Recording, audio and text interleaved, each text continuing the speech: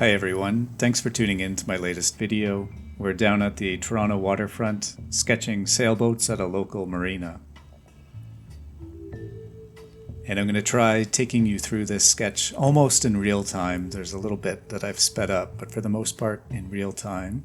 There's a preview of the final sketch. And so to begin, like most sketches, I start just looking at the subject, citing, and picking a basic unit. In this case, I'm going from where the sailboat on the left meets the water, partway up the mast, there's some kind of device mounted to it. So that's my basic unit for measuring out the structure of the drawing. And so I've used a twig that I'm picking as the basic unit on the page. And so just measuring out that first boat, I think it was 2.5 basic units high, and then using it to measure horizontally, and then just everything. Once I get that boat in place, everything is relative to that, and I just work through the drawing from left to right.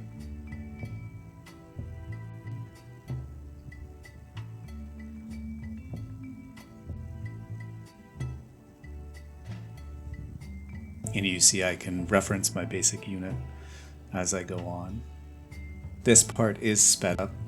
It's kind of hard to make out the pencil, so I've sped this part up. And once this pencil skeleton of the drawing is in, I then pick out my pen and start developing the drawing for the watercolor.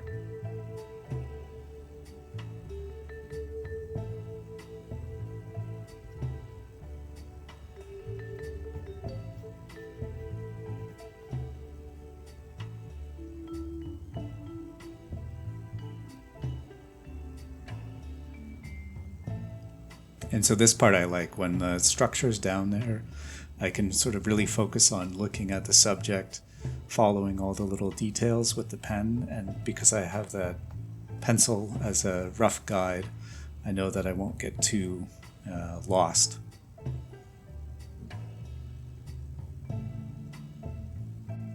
So just starting with the back details, the little outboard motor, and there's a canopy.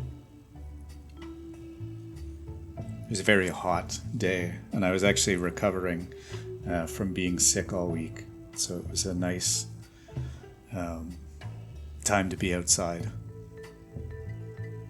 I find the sun is always really nice to feel when I'm sick.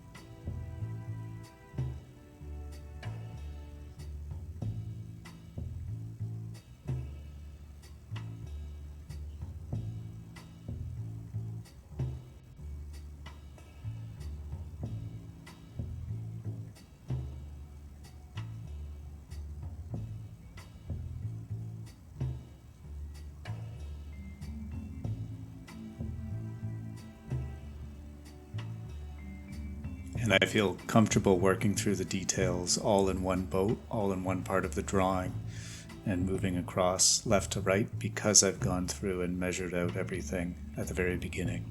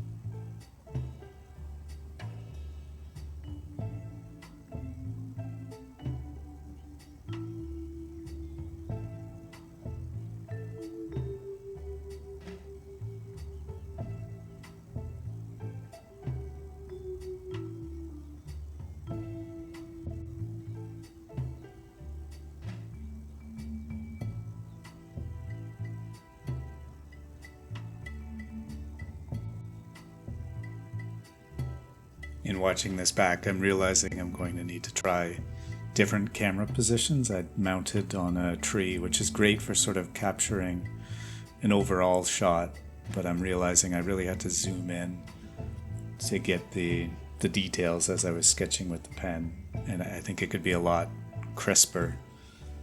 So I'm gonna have to try maybe a chest mount phone tripod.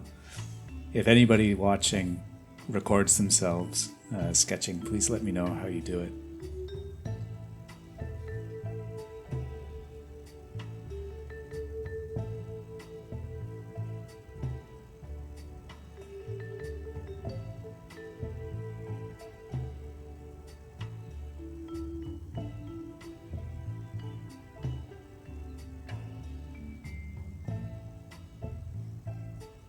So we're moving on to the second boat now. I really like the busyness of these kind of scenes, and there's something really nice about these strong horizontals of the boats contrasted with these tall masts with little devices on them. I've said I liked boats before, but I do. I find them very fun to draw.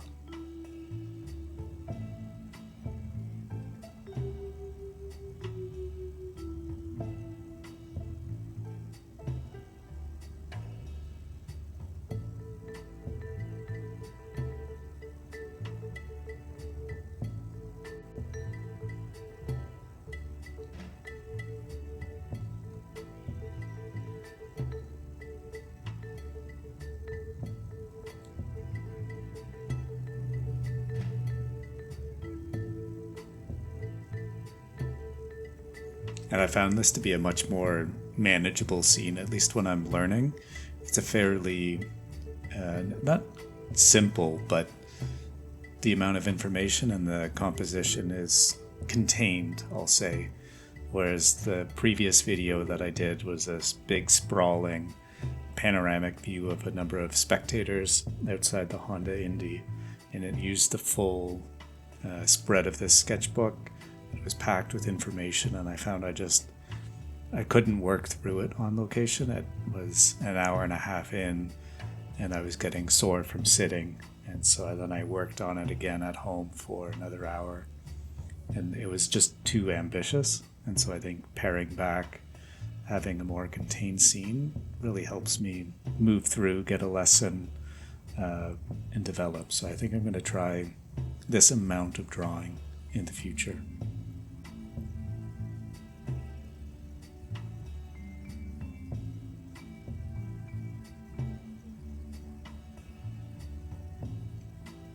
There's a sketcher I found on Instagram, Captain Tom, who I just love his sketches so much. And I think he uses a similar size sketchbook, and he's very good at containing them on the page. Like, there's always a lot of white space and then just an incredible amount of detail and contrast in sort of these focal points of his sketches. And I'm trying to emulate that, but I could never, still cannot get it to line up.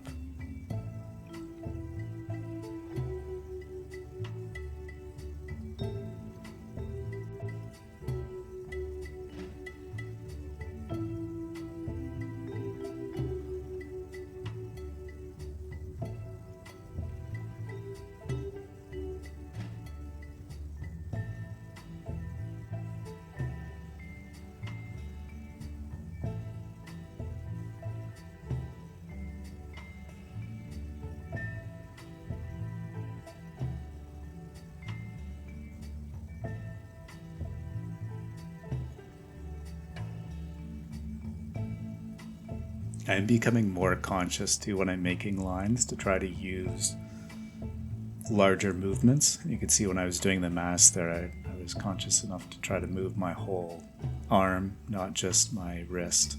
And a lot of times I do find that I am moving from the wrist or even sometimes the fingers, which I think is partly a function of balancing a sketchbook on my lap while working.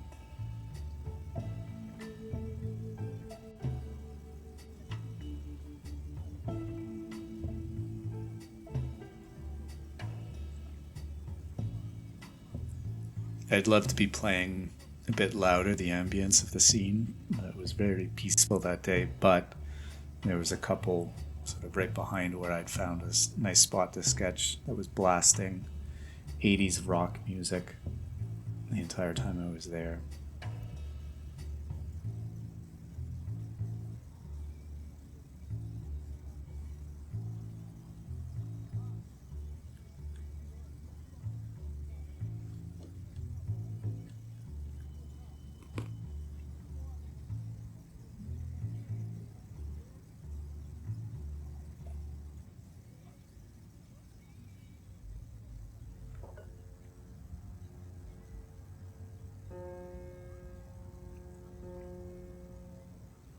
So I have the majority now of the lines in for the main part of the scene.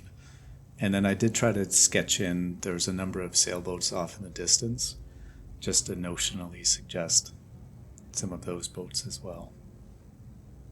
To kind of make the composition spill out of the single page, make use of that white space of the larger sketchbook.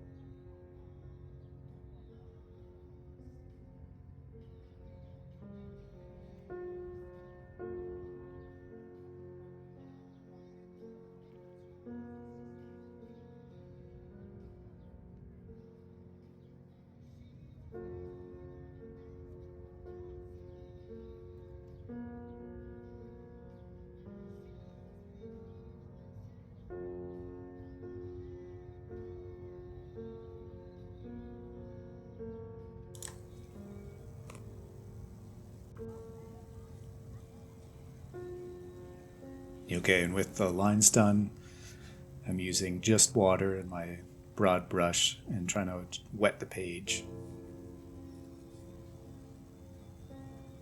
And because there's so much white on the boats, I'm actually trying to wet the page around the boats so that I get a nice wash for the sky and wash for the water, but leaving the white of the boats as best I could untouched.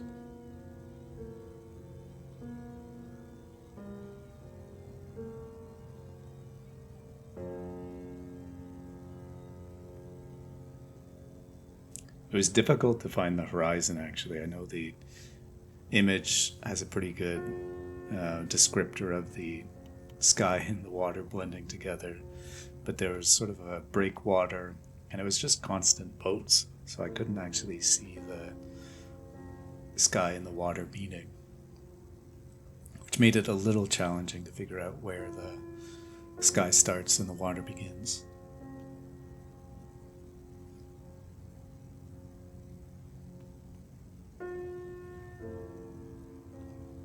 And I'm going quite light here and not really sure how to pick the color. Like I wanted to avoid just, picking blue or water and trying to pay attention to what color, is being reflected. And I think in large part it's the sky, so it's quite muted.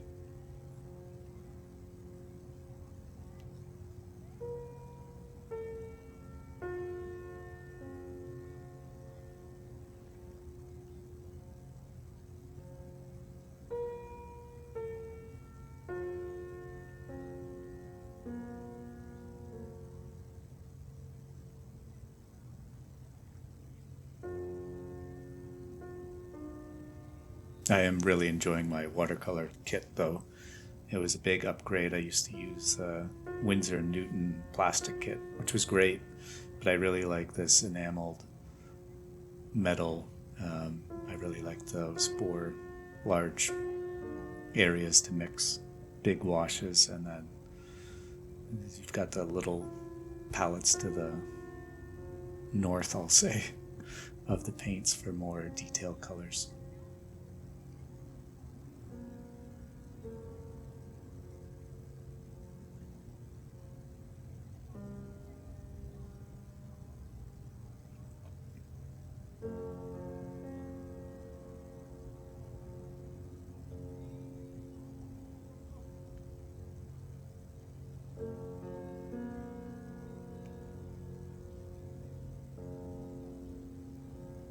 So you can see how light the wash is. I think it's a little bit exaggerated just because of the zoom in of the video, but I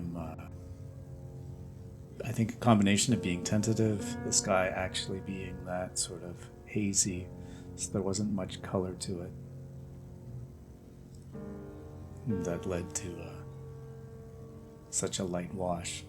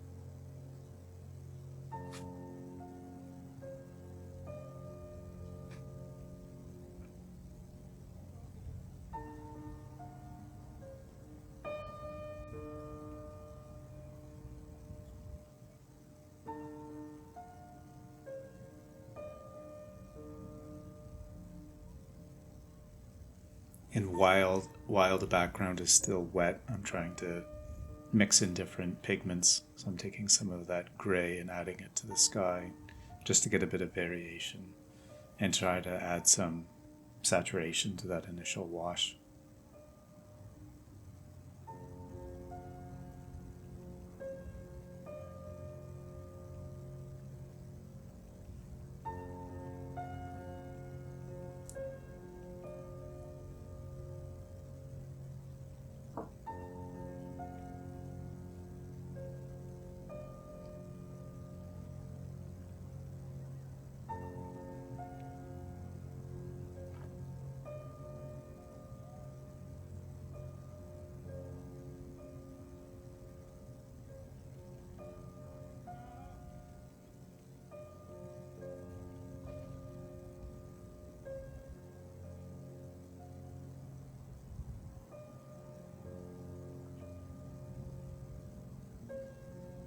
And so we're going a little bit darker for the water. And I'm trying to get a bit of dynamism, if you will, to the water. So just going back and forth with a different technique. I'm trying to go with the lightest portion of the water to then go back and add the shadow. The shadow's a lot more apparent in the image, which I think pops up again shortly. But it wasn't as obvious to me sort of sitting there on location. I'm still working through seeing value.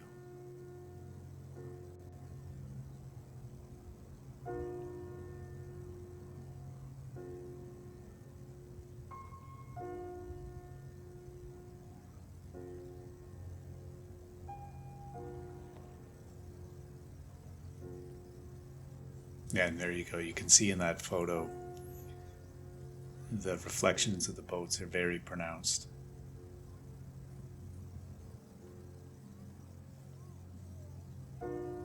And I could see it, and you'll see I do add that into the sketch, but it wasn't as obvious to me.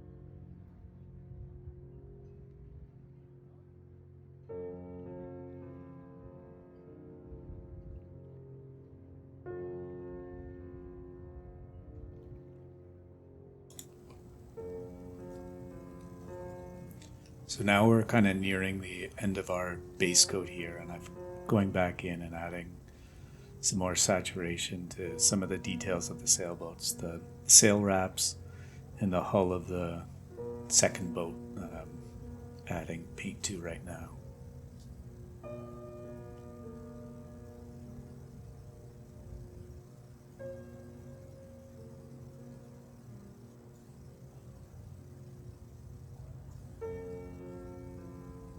And this is where I kind of simplify things. I'll pick a blue and I use it for more than just one boat. Instead of trying to match every color that I'm seeing, I pick a handful and try to use them as much as I can in the drawing.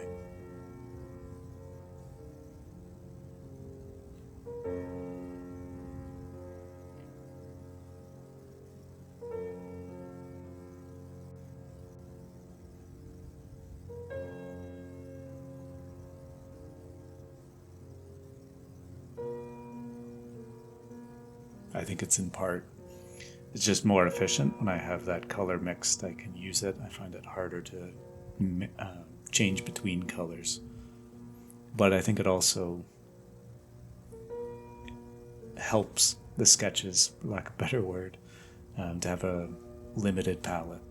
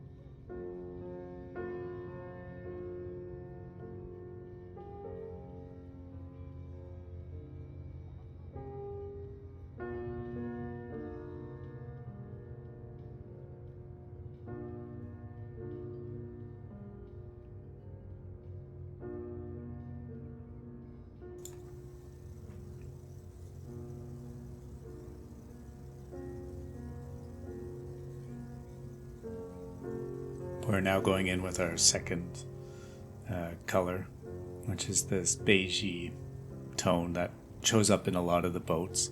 It could even be the shadows for some of the white hulls.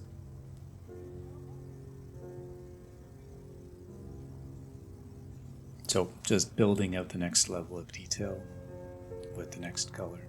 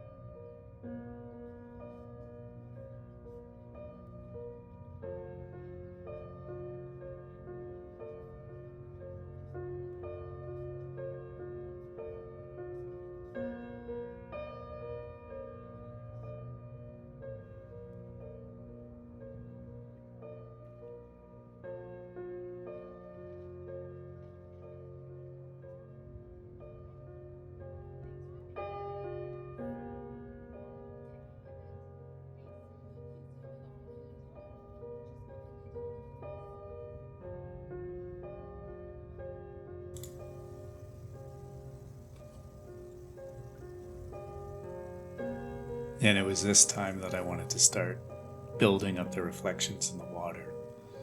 And so one of them, the lightest one, was the reflection of the masts. So before I add any more detail to the water, I'm blocking in the more prominent mast reflections, which are quite pronounced in the image.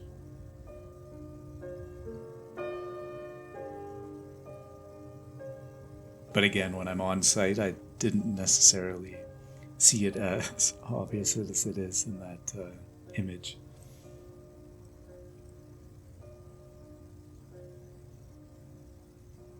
And now working through some of the shadow of the reflections on the water.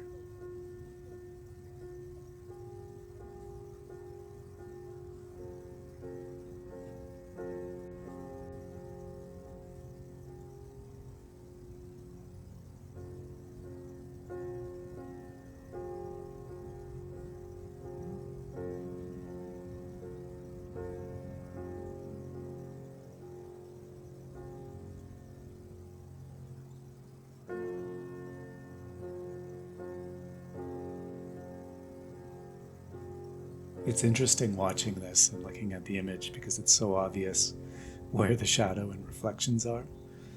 And you can see I'm a little bit tentative and I'm putting blue where it's very clearly white of that main sailboat on the left. But I'll take it as a lesson and practice for next time.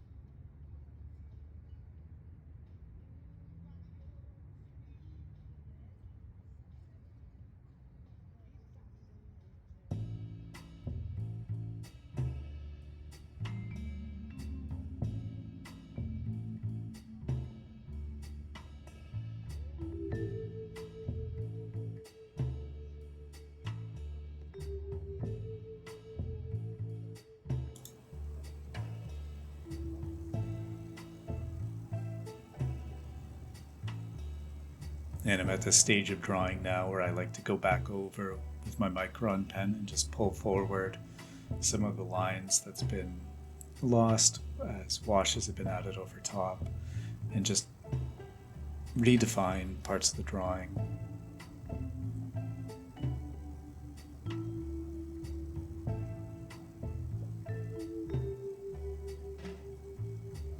and I very much enjoy line work. It's something that I guess I learned in architecture school. They talk about line weight in construction drawings, and I guess I've just carried it into the sketches I do. It's something that I'm going to continue to work on, and ultimately I'd like to get a more organic tool, I guess, that'll allow for thick line and thin line all at the same time. These microns are very precise and they're kind of a single line weight, and you have to go back over if you want to get something thicker.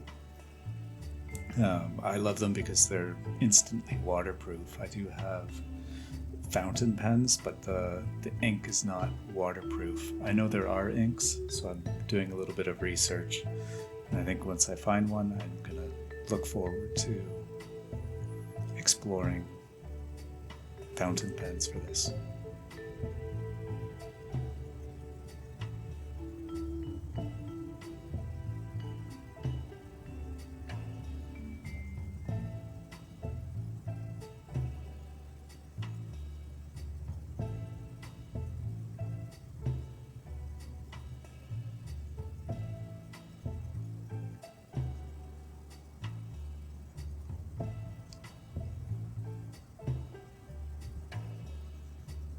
And if you're watching, thank you so much for following and subscribing.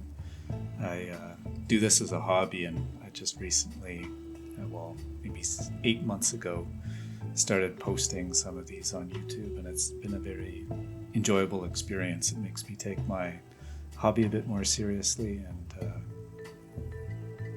I've been enjoying it. So thank you.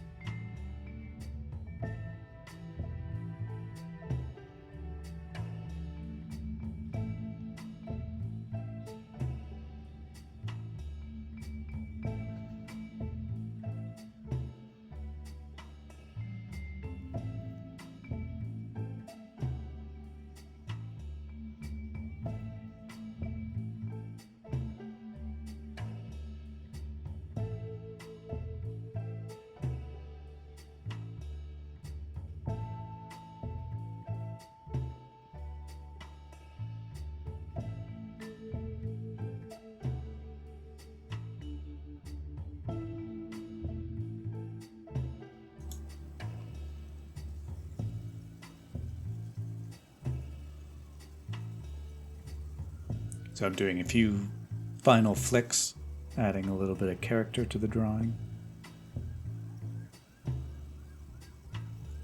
Don't necessarily love that mark. I want to be careful that I'm not adding too much contrast with these little ink splotches, unless I have the contrast in the sketch as well. And here's the final result. So thank you so much for watching the journey.